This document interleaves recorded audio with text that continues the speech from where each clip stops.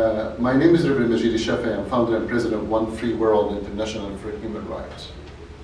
And I'm here to discuss with you why our organization and the human rights community is against the Iranian deal. Now, here is what you need to know. Many people will ask why you are here. The deal is almost over.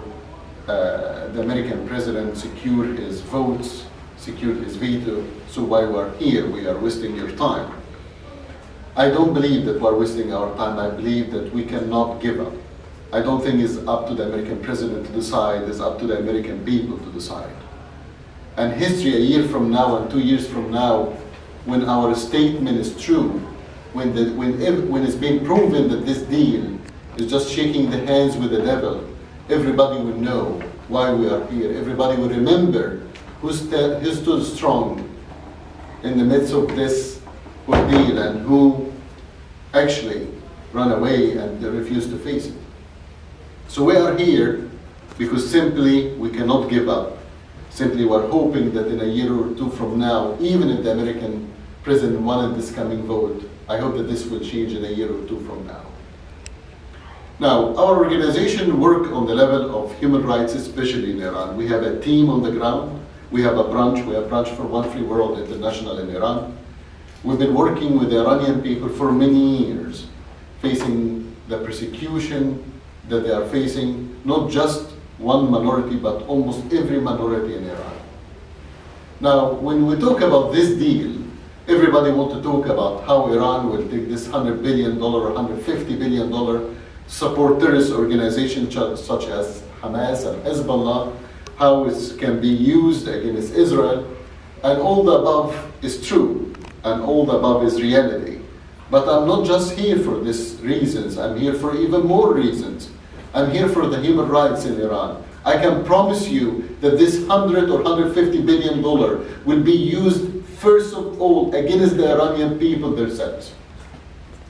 We was able to see that there is 5 main minority groups that they are facing persecution right now in Iran, starting by women groups, women rights groups. You have the females in Iran right now facing female genital mutilation, forced marriages, underage marriages, honor killing. There is nothing honorable about killing them, but that's what they call it. They call it honor killing. All of this happening in Iran right now against women's rights, and nobody is discussing this anywhere in the media, especially in your American media. Right now we have Christians that facing persecution. They are putting in prison, they are tortured in the Iranian prison just because they believe in Christianity and in Christ. You have Jewish community in Iran that they are being accused that they are spies to Israel. They've been almost daily been harassment, been put in prison as well. You have the Baha'i community. You have even the gay community, the homosexual community in Iran. Now, if you are homosexual in Iran, they don't put you just in prison, they hang you in the public and they cut your genital in the public. That's happening in Iran right now. Your American president claimed that he's a friend of the gay community or the homosexual community. And maybe this is true in the United States, but it's not true when you are giving 100 and 150 billion American dollars to a regime that he knows that will be killing his own people in the streets. You have as well what we call the secular Muslims, Shias or Sunnis, the moderate Muslims, that they are really seeking freedom and they are seeking the separation between the religion and the state in Iran. In 2009, there was a revolution, the Green Revolution, the Iranian Revolution. The people rose against their own regime, demanding democracy. And how the regime responded, that was 6 years ago, by releasing more than 90,000 soldiers in the streets, basically to kill their own people. Ladies and gentlemen, I can tell you, the first victim of this Iranian deal will not be American, will not be an Israeli, but will be the Iranian people themselves. The first victim of this Iranian deal. Now, many years ago in the 1930s, the Prime Minister of England, Chamberlain, sat down with Hitler and hoping to make a peace agreement with Hitler, to make a peaceful resolution. and he called it the peace of our time. I can assure you that this deal right now is the same historical mistake. And I can assure you that there wasn't peace then, during this prime minister, and there will not be peace now during Obama.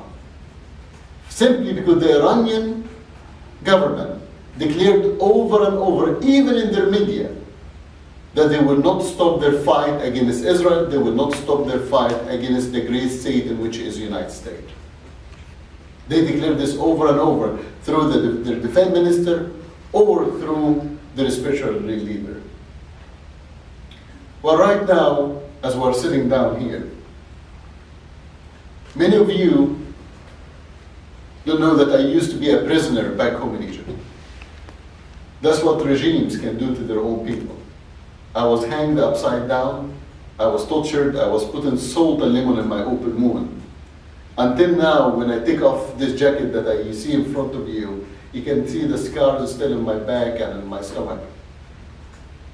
These people have no mercy, and it doesn't matter if the regime in Egypt or the regime in Iran, one is Sunni, one is Shia, doesn't matter.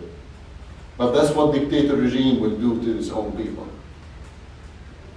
And if there is anything we learn from the American history, the American history before supported Osama bin Laden during the Mujahideen war in Afghanistan, turned against them.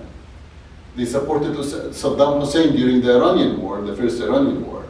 Saddam Hussein turned against them. They supported the rebels in Libya, killed their own American president, they killed their own American ambassador 3 months later. And what's the definition of insanity? Is repeating the same action, expecting different outcome. And that's exactly what we see today.